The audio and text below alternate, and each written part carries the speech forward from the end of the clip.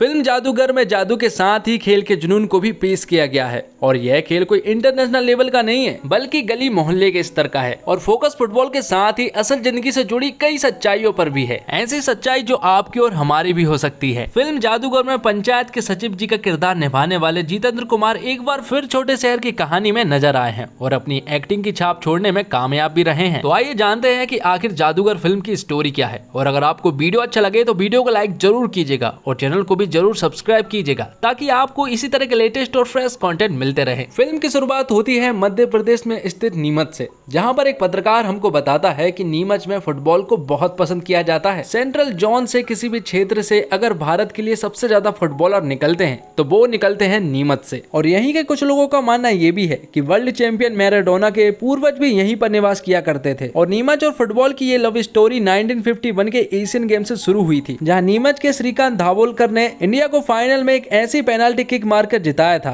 कि लोग उस पेनाल्टी किक को आज भी याद रखते हैं। और उन्हीं की याद में नीमच में आज भी हर साल एक इंटर कॉलोनी टूर्नामेंट किया जाता है जिसमें कि सिर्फ कॉलोनी के लोग ही पार्टिसिपेट कर सकते हैं। आगे हम देखते हैं मीनू नाम के एक आदमी को जो कि एक जादूगर की बुक पढ़ रहा होता है और उसे कुल्फी खाना बहुत ज्यादा पसंद है। और फिर थोड़ी देर के बाद उसके पास उसकी गर्लफ्रेंड इच्छा आती है और मीनू और इच्छा एक दूसरे से सच्चा प्यार करते हैं। मीनू इच्छा को अपने आज रात के मैजिक शो में ले जाना चाहता है लेकिन इच्छा उसे मना कर देती है। इच्छा कहती है कि उसे कुछ काम है तो मीनू उससे कहता है कि जब वो उसके साथ होती है तो उसका प्यार उसके साथ होता है और मैजिक भी बड़े ही आसान तरीके से हो जाता है क्योंकि बुक में भी लिखा है जिसके साथ प्यार होता है उसके साथ मैजिक होता है। ये दोनों बात कर ही रहे होते हैं कि तभी अचानक से कुछ बच्चे गलती से मीनू के सर पर फुटबॉल दे मारते हैं और फुटबॉल के पड़ने के बाद मीनू को गुस्सा आ जाता है और वो गुस्से में उन बच्चों के पास जाता है और उनसे कहता है कि फुटबॉल किस तरह से खेला जाता है आज वो उन्हें बताएगा। वो इन बच्चों से कहता है कि वो इस फुटबॉल को गोल के कॉर्नर में मारेगा और ये बात सुनने के बाद बच्चे डर जाते हैं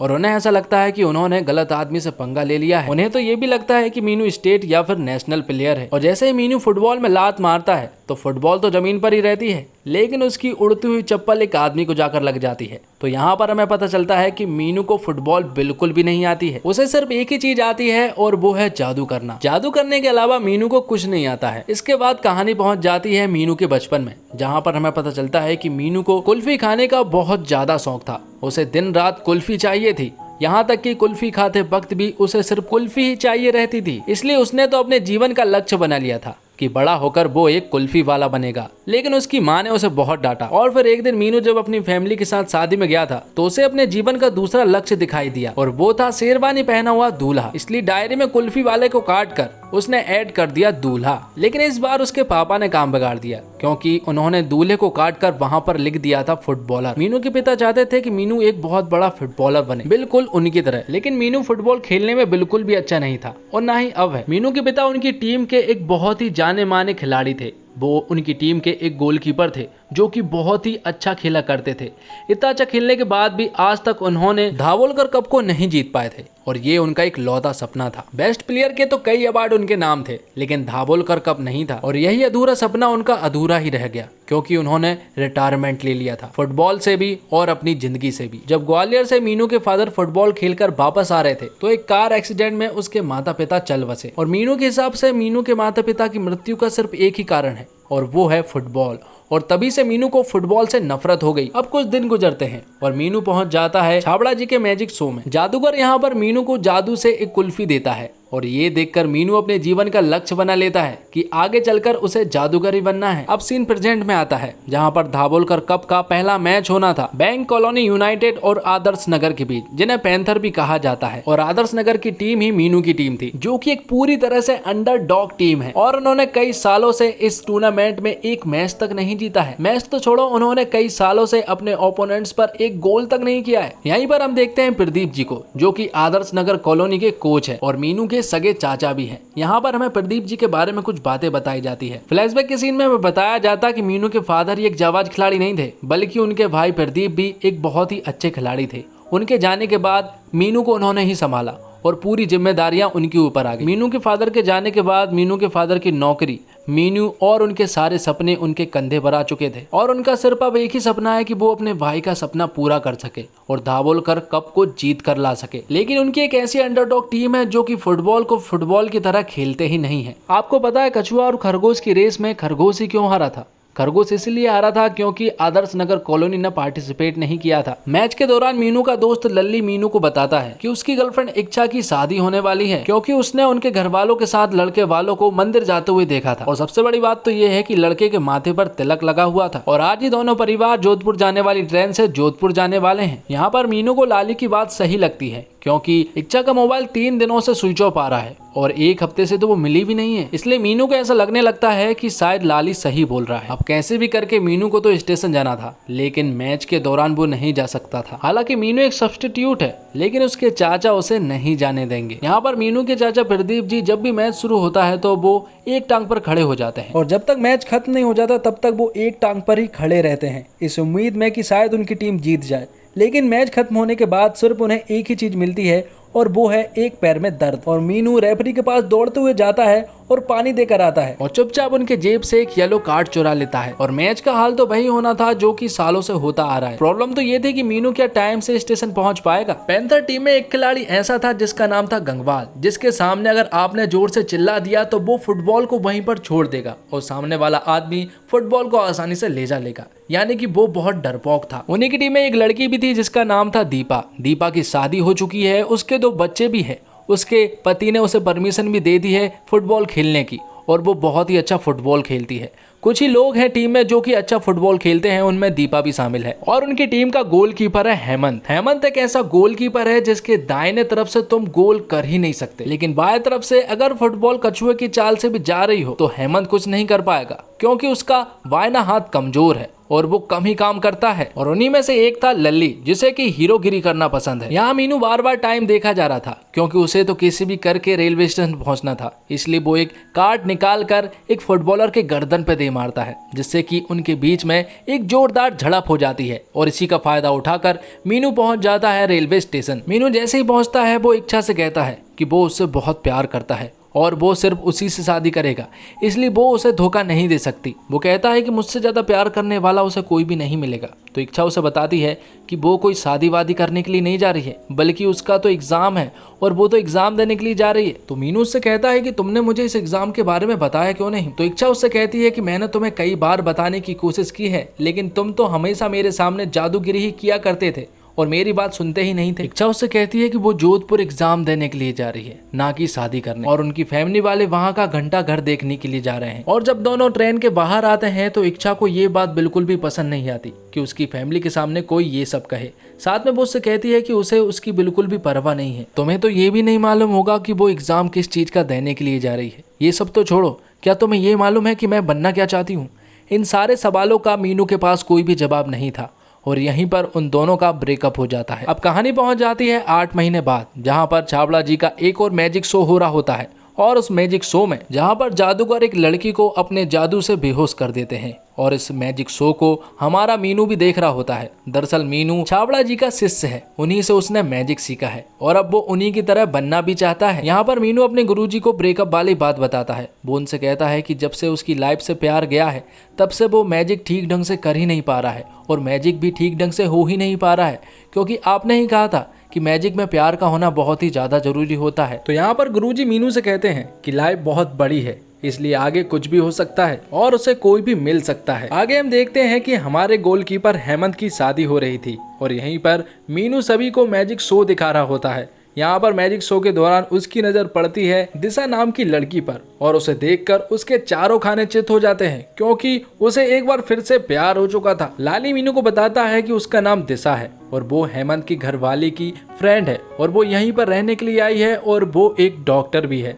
यहाँ पर मीनू उससे कहता है कि पहले उसे जीने की इच्छा थी, लेकिन अब उसे जीने की दिशा मिल चुकी है। इसलिए अगले ही दिन मीनू दिशा के हॉस्पिटल पहुंच जाता है और वहां पर कमर दर्द के बहाने कुर्सी पर बैठ जाता है। वो उससे कहता है कि कल रात से कमर में दर्द है, लेकिन जब वो आजू बाजू देखता है तो उसे पता चलता है कि दिशा तो आंखों की डॉक्टर है। इसलिए वो बात पलटकर उससे कहता है कि रात को उसे ठीक ढंग से नहीं दिखाई दे रहा था, इसलिए वो फर्श पर ही सो गया और रात से ही उसे कमर दर्द भी होने लगा है। साथ ही दिशा के साथ फ्लर्टिंग करते हुए वो उससे कहता है कि कल रात को उसने एक ऐसा चेहरा देखा है कि उस चेहरे के अलावा उसे कोई भी दूसरा चेहरा नहीं दिखाई दे रहा है। तो दिशा मीनू की आंखों पर लेंस लगाकर उसे कुछ अक्षर पढ़ने को कहती है और मीनू जब उन अक्षरों को पढ़ता है तो वो उन अक्षर को मिलाकर आई लव यू कहता है। दिशा समझ जाती जाती है कि ये किस टाइप का बंदा है। तो वो उससे कहती है कि अरे इसका इलाज तो मुझे पता है, क्योंकि कुछ दिन पहले ऐसा ही एक बंदा आया था जिसको एक ही चेहरा दिख रहा था और उसका इलाज करने के बाद वो बिल्कुल ठीक हो गया। तो दिशा उसकी आंखों पर कुछ क्लिप्स लगा देती है और उससे कहती है कि कुछ दिन पहले जो बंदा उसके पास इलाज करवाने के लिए आया था और वो ठीक नहीं हो रहा था, इसलिए उसकी आंख फोड़नी पड़ी, जिससे कि अब उसे एक ही चेहरा नहीं दिखता है। यहाँ पर ये बात सुनने के बाद मीनू की आंखें फटी की फटी रह जाती है और वो पूरी तरह से डर जाता है और घबराते हुए कहता है कि अब उसे सब कुछ दिखने लगा है। लेकिन दिशा उससे कहती है कि जिस बंदे का उसने इलाज किया था वो भी यही बात कह रहा था। तो मीनू यहाँ पर बहुत ज्यादा घबरा कर दिशा को दीदी दीदी कहने लगता है और यहाँ पर दिशा मीनू से कहती है कि आज के बाद अगर वो यहाँ पर दिखाई दिया तो वो उसकी आंखें सही में फोड़ डालेगी। तो मीनू उससे कहता है कि एक बार आंख खोल के तो देखो, वो ऐसा भागेगा कि उसे जिंदगी में कभी नहीं दिखाई देगा। और जैसे ही जब दिशा उसकी आंखें खोलती है तो वो तुरंत ही भाग निकलता है। आगे हम देखते हैं दाभोलकर कप के चेयरमैन अविनाश जी को, जो कि प्रदीप जी से कहते हैं कि नीमच के अगले दाभोलकर कप टूर्नामेंट में उनकी टीम शामिल नहीं होगी, क्योंकि उनकी टीम के प्लेयर्स का बिहेवियर बहुत ज़्यादा खराब है और प्रदर्शन तो उससे भी ज़्यादा खराब है। ये बात सुनने के बाद प्रदीप जी को बहुत ज़्यादा बुरा लगता है और वो उनसे कहते हैं अपनी लाइफ में उसका एक भी सपना नहीं था, अब उसका सिर्फ एक ही सपना है कि वो अपने भाई का सपना पूरा कर सके, वो दाभोलकर कप को जीत सके। वो उससे कहता है कि उसने मेरे लिए जो भी किया है उसकी पेमेंट वो कभी भी भरपाई नहीं कर पाएगा, लेकिन उसका सपना वो जरूर पूरा करना चाहता है। ये बात सुनने के बाद अविनाश जी उसकी बात मान जाते हैं और उससे कहते हैं कि 12 तारीख को 12 बजे पूरे 12 खिलाड़ी उन्हें चाहिए और अगर एक भी कम मिला तो वो उनकी टीम को शामिल नहीं होने देंगे। तो प्रदीप जी भी उनकी बात को मानकर खुश हो जाते हैं। अब उसी रात हम देखते हैं मीनू और लाली को, जो कि टपरी पर चाय पी रहे होते हैं। थोड़ी देर के बाद लाली यहाँ से चला जाता है जिम करने के लिए और फिर थोड़ी ही देर के बाद वहां से निकलती है दिशा। दिशा यहाँ पर जब मीनू को देखती है तो वो उससे कहती है कि क्या वो उसका पीछा कर रहा है। तो मीनू अपनी आंखें छिपाते हुए कहता है कि वो यहाँ पर चाय पीने के लिए आया था, चाहे तो वो किसी की भी कसम खब्बा ले, वो अपने आदर्श नगर में किसी की भी कसम खा सकता है। तो यहाँ पर दिशा उससे कहती है कि क्या ये रेलवे कॉलोनी नहीं है। तो मीनू उससे कहता है कि ये रेलवे कॉलोनी नहीं बल्कि आदर्श कॉलोनी है जहाँ पर वो रहता है, जबकि दिशा को रेलवे कॉलोनी जाना था। इसके बावजूद दिशा उसकी हेल्प नहीं लेती है, रिक्शा वालों के पास जाती है, लेकिन मीनू उनसे कहता है कि आज रिक्शा वालों की स्ट्राइक है, इसलिए उसे तो पैदल ही जाना होगा। दिशा तो पैदल भी चली जाती, लेकिन उसे तो रास्ता भी नहीं मालूम था, मोबाइल भी स्विच ऑफ हो चुका था। थोड़ी दूर पैदल चलने के बाद उसे एहसास होता है कि वो तो वापस उसी जगह पर आ चुकी है और जब वो वापस देखती है तो मीनू भी उसे नहीं दिखाई देता है। वो थोड़ी सी घबरा जाती है और फिर थोड़ी ही देर के बाद मीनू पीछे से आवाज देता है। फिर वो अपने साइकिल की घंटी के सहारे उसे रास्ता दिखाते हुए आगे जाता है। आगे जाने के बाद कुछ लड़के बाइक से आ रहे होते हैं। उन लड़कों को आता हुआ देखकर मीनू दिशा के साथ हो जाता है, ताकि उन लड़कों को ये ना लगे कि ये दोनों साथ में नहीं है। और जैसे ही वो लोग चले जाते हैं तो मीनू चुपचाप पीछे हो जाता है और ये चीज देखकर दिशा समझ जाती है कि मीनू खराब इंसान नहीं है बल्कि अच्छा है। अब दिशा रेलवे कॉलोनी मतलब कि डेस्टिनेशन पर पहुंच चुकी थी। यहाँ पर वो मीनू से कहती है कि वो thank you friends forever type की ये सारे शब्द नहीं बोलने वाली, क्योंकि उसने कल जो हरकत की थी वो बहुत ही खराब की थी। मीनू उससे कहता है कि अपने आंगन में जाके गुम मत हो जाना, वरना उसकी सारी मेहनत बेकार हो जाएगी। दिशा उसे कहती है कि औकात में रहकर बात करे, कल तो वो दीदी कह रहा था। तो मीनू कहता है कि बोला तो उसने आई लव यू भी था, वो तो याद नहीं है तुम्हें। जाते जाते दिशा मीनू से उसका नाम पूछती है तो मीनू उससे कहता है मैं मीनू, रातों की नींदें छीनू। और जाते हुए दिशा से कहता है कि कभी मिलता हूँ सड़कों या पर सपनों पे, और इतना कहकर वो वहां से चला जाता है। अगले सीन में हम देखते हैं कि प्रदीप जी अपनी टीम को इकट्ठा करने में लग चुके थे, क्योंकि उन्हें तो 12 लोग चाहिए थे और अगर 12 लोग नहीं हो पाए तो उनका रजिस्ट्रेशन नहीं हो पाएगा और इस बार वो कंपटीशन में पार्टिसिपेट नहीं कर पाएंगे। अब आगे हम देखते हैं कि मीनू ने हेमंत के द्वारा दिशा से फ्रेंडशिप कर ली थी। दोनों आपस में कई सारा टाइम स्पेंड करने लगे थे। वहीं दूसरी तरफ प्रदीप जी अपनी टीम को इकट्ठे करने में ही लगे थे। कई सारे लोग इनकार कर देते हैं टीम में आने से और कई सारे लोग मान भी जाते हैं, क्योंकि वो लोग चाहते थे कि वो फुटबॉल खेले।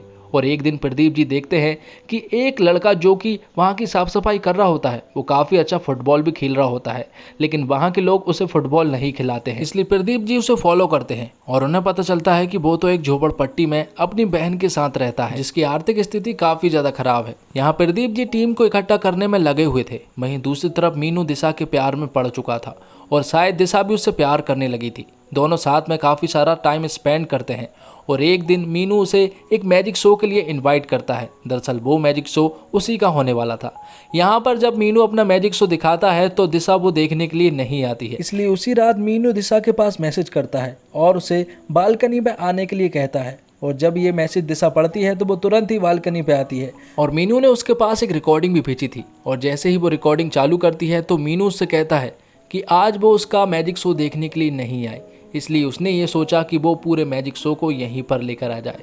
इसलिए मीनू यहाँ पर उसे बहुत ही अच्छे अच्छे मैजिक शो दिखाता है और अपने प्यार का इजहार भी कर देता है। साथ में मीनू दिशा से कहता है कि उसे सिर्फ एक वर्ड में आंसर चाहिए, या तो हाँ या फिर यस। लेकिन यहाँ पर दिशा उससे कहती है डिवोर्स। इसके बाद दिशा उसे अपनी एक स्टोरी सुनाती है। वो कहती है कि उसकी 2 साल पहले शादी हो चुकी थी। वो मीनू को बताती है कि 2 साल पहले उसकी चिराग ठाकुर नाम के एक डॉक्टर से शादी हुई थी। दोनों एक दूसरे से प्यार करते थे, लेकिन उनकी फैमिली प्रॉब्लम की वजह से उन्हें बेंगलोर में शिफ्ट होना पड़ा।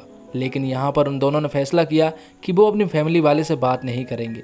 यहाँ पर दिशा ने तो अपनी फैमिली वालों को पूरी तरह से इग्नोर कर दिया था, लेकिन चिराग अपनी फैमिली वालों को इग्नोर नहीं कर पाया और उनसे बात करता रहा। कुछ दिनों के बाद चिराग की फैमिली वाले उसके घर आ जाते हैं और उसे अपने साथ ले जा लेते हैं। लेकिन अब दिशा अकेली पड़ चुकी थी, इसलिए वो भी अपने घर चली जाती है।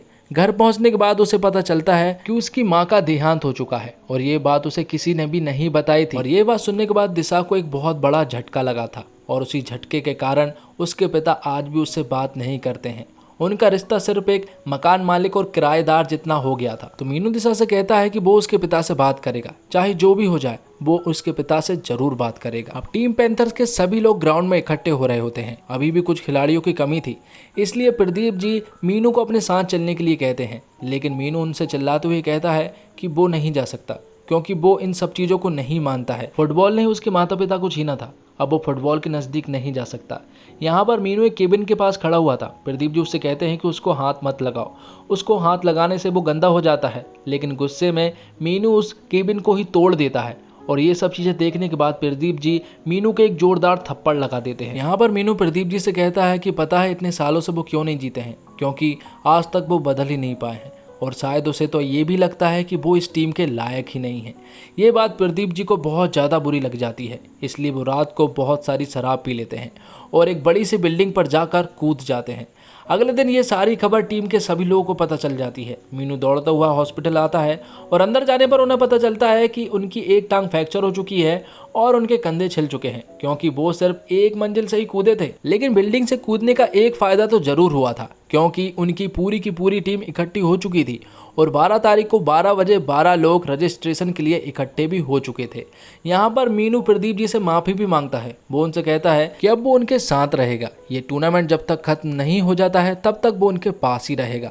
लेकिन तभी दिशा का उसके पास कॉल आ जाता है और दिशा उससे कहती है कि तुमने कहा था कि वो अपने फादर से बात करेगा, इसलिए उसके फादर ने आज उसे बुलाया है। यहाँ पर मीनू से कहता है कि आज तो रजिस्ट्रेशन है, आज तो किसी भी हालत में वो नहीं आ सकता। तो दिशा उससे कहती है तो फिर प्यार बार की बात भूल जाए और यहीं पर सब कुछ खत्म कर दे। मीनू के अंदर दिशा की यही बातें चलती रहती है, इसलिए वो लाली से बाइक की चाबी मांगकर तुरंत ही दिशा के घर पहुंच जाता है। और जैसे ही वो दिशा के पिता को देखता है तो वो हैरान परेशान रह जाता है, क्योंकि खबर ही कुछ ऐसी थी। क्योंकि दिशा के पिता कोई और नहीं बल्कि मीनू के गुरुजी छाबड़ा जी हैं, जिन्होंने कि उसे जादू सिखाया है। यहाँ पर मीनू दिशा से कहता है कि तुमने मुझे कभी बताया क्यों नहीं कि उसके पिता जादूगर हैं। तो दिशा उससे कहती है कि उसने कई बार बताने की कोशिश की, लेकिन वो अपने जादू में इतना ज्यादा व्यस्त रहता है कि वो मेरी बात सुनता ही नहीं है। यहाँ टीम के सभी लोगों को ये बात पता चल चुकी थी कि मीनू गायब हो चुका है, इसलिए वो सभी लोग बारी बारी से मीनू को कॉल लगाने लगते हैं। लेकिन मीनू यहाँ पर उनका बार बार कॉल कट कर देता है। तो यहाँ पर गुरुजी मीनू से कहते हैं कि उस दिन प्यार व्यार वाली बात, ग्रीटिंग कार्ड वाली बात थी तुम्हारे लिए, लेकिन आज तो तुम सीधा शादी करने के लिए आ गए। तो मीनू उनसे कहता है कि इस बार उसे सच्चा वाला प्यार हुआ है। मीनू उनसे कहता है कि वो दिशा के लिए कुछ भी कर सकता है, चाहे तो आप जादू करवा के देख लीजिए, क्योंकि आपने ही कहा था कि जब कोई इंसान प्यार में पड़ता है तो उसका जादू कभी भी फेल नहीं हो सकता। गुरुजी उससे कहते हैं कि उसे एक नहीं बल्कि 2 जादू करने होंगे। पहला जादू की धाबोल कर कब को वो जीते, या तो वो फाइनल में पहुंच जाए, इतना भी चलेगा। और ये बात सुनने के बाद मीनू के तोते उड़ जाते हैं, क्योंकि जो इंसान कभी फुटबॉल से इतनी नफरत किया करता था अब उसे फुटबॉल खेलना होगा, और खेलना तो दूर की बात उन्हें फाइनल तक पहुंचना भी होगा। इसके बावजूद मीनू उनकी इस शर्त को मान जाता है और दूसरा जादू वो उन्हें वक्त आने पर बताएंगे। यहाँ दूसरी तरफ अविनाश जी भी आ चुके थे। वो देखते हैं कि सिर्फ 11 लोग ही हैं और 11 लोग से तो काम नहीं चलने वाला, और ये तो एक बहुत बड़ी प्रॉब्लम थी। इसलिए वो उसी साफ सफाई वाले लड़के को शामिल कर लेते हैं जिसका नाम रिजी होता है, जो कि काफी अच्छा फुटबॉल भी खेलता है और अगले ही दिन से उनकी ट्रेनिंग भी शुरू हो जाती है, जिसमें कि मीनू भी शामिल होने के लिए आया था, लेकिन यहाँ पर प्रदीप जी उससे साफ मना कर देते हैं। वो उससे कहते हैं कि पहले टीम को उसकी जरूरत थी, लेकिन अब टीम को उसकी बिल्कुल भी जरूरत नहीं है और अब टीम डिसाइड भी हो चुकी है, इसलिए उसका तो कोई भी नंबर नहीं है। मीनू उनसे कहता है कि आप कुछ भी करवा लीजिए, उसे बस टीम में शामिल होना है। तो यहाँ पर प्रदीप जी उससे कहते हैं कि उस गोल में एक गोल करो और टीम में शामिल हो जाए। ठीक है, अगर वो गोल नहीं भी कर पाता है तो गोल करने के बाद अगर गोल नहीं होता है तो ग्राउंड के 10 चक्कर लगा के वो फिर से गोल करे। यही नहीं, वो उसे एक मौका नहीं दे रहा है, बल्कि वो उसे अनगिनत मौका दे रहा है कि वो 10 बार चक्कर लगाकर एक बार गोल करे। लेकिन यहाँ पर मीनू हर बार गोल करने में असमर्थ होता है, इसलिए उसे पूरे ग्राउंड के 10 चक्कर लगाने पड़ते हैं और यहाँ पर वो पूरी तरह से बीमार भी हो जाता है। अब उसके पास कोई और चारा नहीं था, इसलिए वो सारे खिलाड़ियों के पास बारी बारी से जाता है और उनका नंबर कैंसिल करने के लिए कहता है। वो उनसे कहता है कि उनकी जगह पर मुझे खेलने दो, लेकिन उनमें से एक भी आदमी अपनी जगह उसको देने के लिए तैयार नहीं हो रहा था। आगे हम देखते हैं कि प्रदीप जी ने रिजी का एक कच्चे घर में रहने का बंदोबस्त करवा दिया था। दरअसल रिजी का कॉलोनी में रहना जरूरी है, क्योंकि अगर वो कॉलोनी में नहीं रहा तो उसका खेलने पर प्रतिबंध लग सकता है और वो उनकी टीम में नहीं खेल सकता। इसलिए अब अगर उससे कोई भी पूछे कि वो कहाँ पर रहता है तो उसे बताना है कि वो आदर्श नगर कॉलोनी में ही रहता है, क्योंकि अगर ये बात किसी को भी पता चल गई तो उसका यहाँ से रहना छिन जाएगा, क्योंकि ये एक इलीगल प्रॉपर्टी है। अब दाभोलकर कप टूर्नामेंट शुरू होता है और पहला मैच होता है हमारे आदर्श नगर की टीम पैंथर का, लेकिन इस बार उनकी टीम का नाम पैंथर नहीं है, बल्कि उनके इस टीम का नाम है सिकंदर्स। और इसी मैच के दौरान उन्हें कुछ ऐसी चीज देखने को मिलती है जिन्हें देखने के लिए आंखें तरस गई थी, और वो है गोल। और इस गोल को करने के बाद दाभोलकर कप में एक ऐसी उमंग सी छिड़ जाती है जिसे देखने के लिए लोगों की आंखें तरस गई थी, क्योंकि ये गोल सालों बाद हुआ था और गोल किया था रिजी ने। इस गोल को करने के बाद सिकंदर्स को ऐसा लग रहा था कि शायद उन्होंने फाइनल उठा लिया, क्योंकि खुशी कुछ ऐसी ही थी। अब आगे हम देखते हैं कि सिकंदर्स की टीम के खिलाड़ी जो हैं वो बीमार पड़ रहे हैं, क्योंकि कई दिनों से वो खेले ना तो प्रैक्टिस की, इसलिए से वो बीमार पड़ रहे हैं। उन्हें एक डॉक्टर की भी जरूरत थी, इसलिए यहाँ पर मीनू जाता है सीधा दिशा के पास और उससे कहता है कि हमारी टीम में लोग बीमार पड़ रहे हैं, उन्हें एक डॉक्टर की जरूरत है, इसलिए वो तुम्हें लेने के लिए आए हैं। लेकिन यहाँ पर दिशा साफ मना कर देती है, लेकिन बाद में वो उससे कहती है कि वो इसलिए नहीं जा रही कि वो उससे प्यार करती है, वो उसके साथ इसलिए चल रही है क्योंकि वो उसकी मदद करना चाहती है। अब अगले दिन से प्रैक्टिस शुरू हो जाती है। दिशा डॉक्टर भी उनके साथ थी और उसका फर्क भी पूरा का पूरा मैच में दिखता है, क्योंकि जब वो मैच खेलते हैं तो कई सारे मैच जीतना शुरू कर देते हैं और काफी अच्छा प्रदर्शन भी करने लगते हैं। अभी भी एक प्रॉब्लम थी जो कि दिशा और मीनू को ही ठीक करनी थी, और वो प्रॉब्लम थी हेमंत का हाथ, जो कि उसका बायना हाथ काम नहीं करता था। इसलिए वो उसके पास जाते हैं और उससे कुछ एक्सरसाइज करवाते हैं और उसका फर्क भी अगले ही दिन दिखता है। और वो अपने बाईं हाथ से जब एक गोल को रोकता है तो यहाँ की टीम के प्लेयर के अंदर जोश उमड़ जाता है और वो इस मैच को भी जीत जाते हैं। अब आगे होता है एक नॉकआउट मुकाबला। सामने थी एक पक्की टीम, लेकिन यहाँ पर अविनाश जी स्टेज पर आते हैं और माइक पर कहते हैं कि जो मैच खेला जा रहा है उनमें से एक खिलाड़ी ऐसा है जो कि कॉलोनी का नहीं है, बल्कि अलग गांव या फिर अलग शहर का है। यहाँ पर सभी को ऐसा लग रहा था कि ये खिलाड़ी रिजी है, बल्कि ये टीम सामने वाली टीम का एक खिलाड़ी था जो कि रतलाम से था, इसलिए उस टीम को डिस्क्वालीफाई कर दिया जाता है और सिकंदर्स पहुंच जाते हैं सेमीफाइनल में। इस बात की खुशी ज्यादा नहीं थी, क्योंकि प्रदीप जी को जब पता चला है कि मीनू ने अपनी टीम के लिए इस मैजिक शो को बीच में ही छोड़ दिया है, तो वो तुरंत ही मीनू के पास जाते हैं और उससे कहते हैं कि उसने अपना मैजिक शो बीच में ही क्यों छोड़ दिया है। तो मीनू उनसे कहता है कि उसे इस मैजिक शो के लिए 15 लोगों की जरूरत पड़ने वाली है। तो प्रदीप जी उससे कहते हैं कि 15 का तो नहीं पता, लेकिन वो 12 लोगों की गारंटी दे सकता है और वो 12 यहीं पर हैं। तब वो मैजिक शो की भी प्रैक्टिस करने लगते हैं और फिर अगले ही दिन उनका सेमीफाइनल का भी मैच था, जहां पर वो ताबड़तोड़ मुकाबला करते हैं और ये मुकाबला भी वो बड़े आसान तरीके से जीत जाते हैं। इसका मतलब ये हुआ कि वो पहुंच गए हैं फाइनल में। यहाँ पर सभी लोग बहुत ज़्यादा खुश हो रहे थे। दर्शकों को ऐसा लग रहा था कि सिकंदर्स इस जीत का बहुत बड़ा जश्न मनाने वाले हैं, लेकिन यहाँ पर ग्राउंड तुरंत ही खाली हो गया था, क्योंकि उन्हें अपने मीनू की मैजिक शो में जाना था और परफॉर्म करना था। यहाँ पर उसने अपने गुरुजी और दिशा की सीट को आजू बाजू में बिठाला था। यहाँ पर थोड़ी देर के बाद जब मीनू अपने मैजिक शो को दिखाता है और बाद में वो उनसे कहता है कि वो उन्हें एक ऐसी स्टोरी सुनाने वाला है जो कि उसकी गुरु की थी, और वो स्टोरी किसी और की नहीं बल्कि उसी की गुरुजी छाबड़ा जी की थी। वो सभी को एक इमोशनल स्टोरी सुनाता है, जिसमें कि छाबड़ा, उसकी बेटी और उसकी पत्नी थी। उसकी पत्नी के जाने के बाद जो असर उसकी बेटी पर पड़ा वो ये स्टोरी को बताता है और उन्हें रियलाइज करवाता है।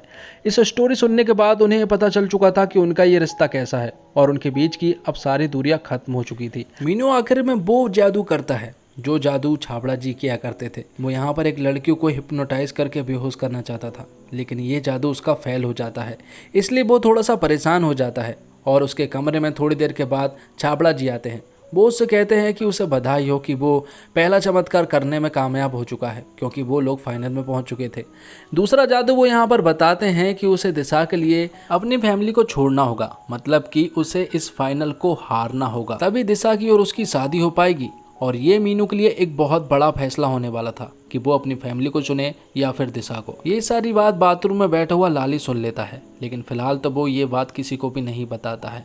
मीनू इन बातों को सुनकर काफ़ी ज़्यादा उदास रहने लगा था। वो भी इन बातों को किसी को भी नहीं बताता है और वो फैसला लेता है, इसलिए वो तुरंत ही अविनाश जी के पास कॉल करता है और उन्हें रिजी के बारे में बता देता है कि वो हमारी कॉलोनी का नहीं है। इसलिए अविनाश जी अगले ही दिन उसका घर तोड़वा देते हैं और उनसे कहते हैं कि मैं चाहता तो इस टीम को डिस्क्वालीफाई करवा सकता था, लेकिन मैंने ऐसा नहीं किया क्योंकि लोग चाहते हैं और मैं चाहता हूं कि तुम लोग इस फाइनल को खेलें। लेकिन ये मैच तुम्हारा टूर्नामेंट का आखिरी मैच होगा। अगले टूर्नामेंट में तुम्हारी ये टीम इस टूर्नामेंट में हिस्सा नहीं लेगी। वो रिजी को भी इस घर से बेदखल कर देते हैं और टूर्नामेंट से भी हटवा देते हैं। सिकंदर्स टीम का आधा मैच तो यहीं पर खत्म हो चुका था, क्योंकि रिजी ही वो खिलाड़ी था जो कि उनकी टीम का नींव था। वही उस टीम को संभालता था और काफी सारे गोल किया करता था। आगे हम देखते हैं कि दिशा को मीनू की सारी बातें पता चल चुकी थी कि उसके फादर ने मीनू से क्या कहा, लेकिन वो यहाँ पर मीनू से कहती है कि उसे इस फाइनल को जीतना होगा, क्योंकि वो अगर उससे प्यार करता है तो उसे ये फाइनल जीतना ही होगा। लेकिन यहाँ पर मीनू उससे कहता है कि वो उससे प्यार करता है और उसे शादी करना चाहता है, इसलिए वो इस प्यार के लिए कुछ भी करेगा। फाइनल का मैच शुरू होने वाला था और रिजी के कारण प्रदीप जी डिप्रेस्ड हो चुके थे। वो फाइनल के मैच देखने के लिए जा ही नहीं पा रहे थे। थोड़ी देर के बाद गंगवाल उनके पास आता है और वो उन्हें एक ऑटोग्राफ बताता है। वो उनसे कहता है कि ये ऑटोग्राफ आपके भाई और आपका था, क्योंकि वो बचपन से ही उनका बहुत बड़ा फैन था। वो आप दोनों को ही बचपन से हीरो मानता आया है और कहता है कि भले ही मैं खेलने में अच्छा नहीं हूँ, लेकिन साइड लाइन पर मैं इसलिए खेलता हूँ ताकि खेलते खेलते मैं अपने हीरो को देख सकूँ। और ये बात कहीं ना कहीं प्रदीप जी के अंदर जोश भर देता है और तुरंत ही वो फील्ड में उतर जाते हैं और अपने प्लेयर्स को मोटिवेट भी करते हैं। अब मैच शुरू हो जाता है और सामने वाली ओपोनेंट्स वाली टीम हमारे ऊपर बहुत भारी थी, लेकिन यहाँ पर हमारा एक खिलाड़ी उनकी साइड था और वो खिलाड़ी था मीनू, क्योंकि मीनू को तो ये मैच हारना ही था और अगर वो मैच ये हार जाता है तो दिशा से उसकी शादी हो जाएगी। इसलिए वो इस मैच में अपनी ही टीम के गोल ना करने के लिए टांग अड़ाता है। बाकी सारे खिलाड़ी इस मैच को जीतने के लिए जी जान झोंक देते हैं, यहाँ तक कि लाली तक। वो एक गोल को अपने मुंह से बचाता है। अच्छी बात तो ये है कि उसके मुंह पर कोई भी खरोच नहीं आई थी। हाँ, बस उसका एक दांत जरूर टूट गया था और लाली इस बात से बिल्कुल अनजान था कि उसका दांत टूट गया है। आगे साफ दिखता है कि मीनू टांग अड़ाने का काम कर रहा था, इसी वजह से एक गोल हो जाता है। जिसके बाद लाली गुरुजी और मीनू की सारी बातें सभी प्लेयर्स को बता देता है। यहाँ पर प्रदीप जी उसे चिल्लाने की बजाय उसे कहते हैं कि उसे ये बात बताई क्यों नहीं, क्योंकि उसके लिए वो कुछ भी कर सकते हैं। तेरे लिए तो ये सारी ट्रॉफी कुर्बान है। और वो उससे ये भी कहते हैं कि उसके पिता को ये ट्रॉफी मिले या ना मिले, लेकिन उसके पिता ने तो मुझे पहले ही एक ट्रॉफी दे गए हैं और वो ट्रॉफी तू है। अब एक पेनाल्टी किक मारने का मौका मिलता है और इस किक को मारने का मौका मीनू को दिया जाता है। वो उससे कहते हैं कि ये किक मीनू को ही मारना चाहिए, क्योंकि मीनू ही है जो इस किक को नहीं मार पाएगा और अगर वो नहीं मार पाएगा तो उसकी शादी दिशा से हो जाएगी। लेकिन ये सारी बातें मीनू के अंदर एक जोश पैदा कर देती है, जिसके बाद वो एक आइसक्रीम की छड़ से उसे हिप्नोटाइज करने की कोशिश करने लगता है, उसी तरह जिस तरह से जादूगर छाबड़ा जी अपने जादूगरी मैदान में उस जादू को यूज किया करते थे। और यही जादू मीनू भी यहाँ पर यूज करता है और आसानी से गोल कर देता है, जिससे कि 3-3 की बराबरी हो चुकी थी और 2 मिनट का फिर से टाइम दिया जाता है।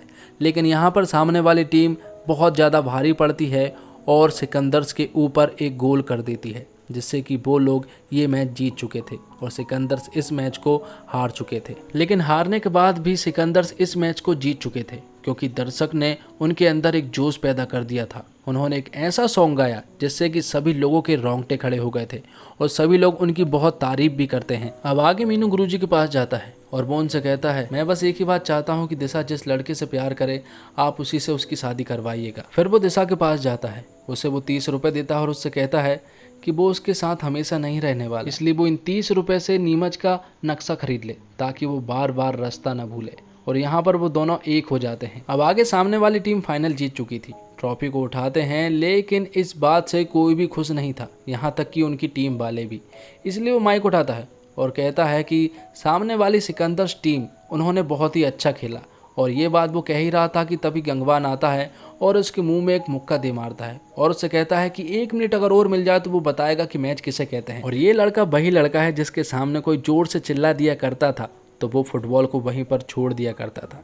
लेकिन आज उसके अंदर एक ऐसी हिम्मत आ चुकी थी जो कि आगे भी उसे फुटबॉल खेलने के लिए प्रेरणा देगी। सिकंदर्स मैच तो हार चुके थे लेकिन वहां के सारे लोगों के दिल जीत लिए थे। अब आगे हम देखते हैं कि कहानी कई महीनों बाद शिफ्ट होती है जहां पर सभी लोग मैच देख रहे होते हैं फुटबॉल का। और उस फुटबॉल मैच में हमारा रजीव भी था क्योंकि अब वो एक बहुत अच्छा खिलाड़ी बन चुका था।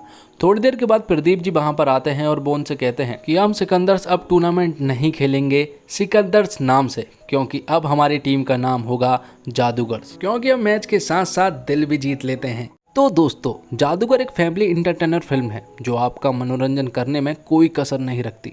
फिल्म के अंदर नए और ताजे रोमांच से भरी कहानी है जो कभी इमोशन तो कभी कॉमेडी में बदल जाती है। फिल्म में ऐसे ऐसे वन लाइनर हैं जो आपका दिल जीत लेंगे। फिल्म में जितेंद्र कुमार को लोग जादूगर मीनू कहकर पुकारते हैं। रियलिटी में हम कह सकते हैं कि जितेंद्र कुमार सच में एक जादूगर है जो अपनी एक्टिंग से सबका दिल जीत लेते हैं। आरुषि शर्मा यहाँ मीनू की प्रेमिका के किरदार में है और फिल्म में उनके एक्सप्रेशन से लेकर हाव भाव तक सब असली लगता है। इसके अलावा फिल्म में जावेद जाफरी भी हैं जो नीमच के फुटबॉल टीम के कोच बने हुए हैं। उन्होंने भी अपना 100% देने की पूरी कोशिश की है और वो सफल भी रहे हैं। यह एक लाजवाब फिल्म है जिसे आपको कम से कम एक बार तो जरूर देखनी चाहिए। और जादूगर में एक्टिंग की बात करें तो जितेंद्र कुमार ने अपना किरदार सही से निभाया है। वही मीनू के किरदार में जमते हैं और किरदार को अपने ही अंदाज में पेश भी करते हैं। फिल्म के डायरेक्टर ने कई मोर्चों पर रोमांचक बनाने की कोशिश की है और पूरा का पूरा फोकस मीनू पर ही रहता है। और यही बात सबको बहुत अच्छी भी लगती है क्योंकि जितेंद्र कुमार को स्क्रीन पर कौन नहीं देखना चाहता है। तो दोस्तों, इसी के साथ ये एक्सप्लेनेशन यहीं पर खत्म होता है। उम्मीद करता हूँ आपको ये वीडियो पसंद आई होगी। वीडियो पसंद आई हो तो वीडियो को लाइक ज़रूर कीजिएगा और चैनल को भी ज़रूर सब्सक्राइब कीजिएगा। साथ ही रहे उस नोटिफिकेशन बेल को ऑल पर कर दीजिएगा ताकि आपको आने वाली वीडियो की नोटिफिकेशन सबसे पहले मिल सके। साथ ही आप हमारे सेकंड चैनल को भी सब्सक्राइब कर सकते हैं जिसकी लिंक आपको डिस्क्रिप्शन बॉक्स और कॉमेंट्स बॉक्स में मिल जाएगी। मिलते हैं एक और धमाकेदार वीडियो के साथ, तब तक के लिए आप हमारे चैनल के साथ बने रहिए। जय हिंद, जय भारत।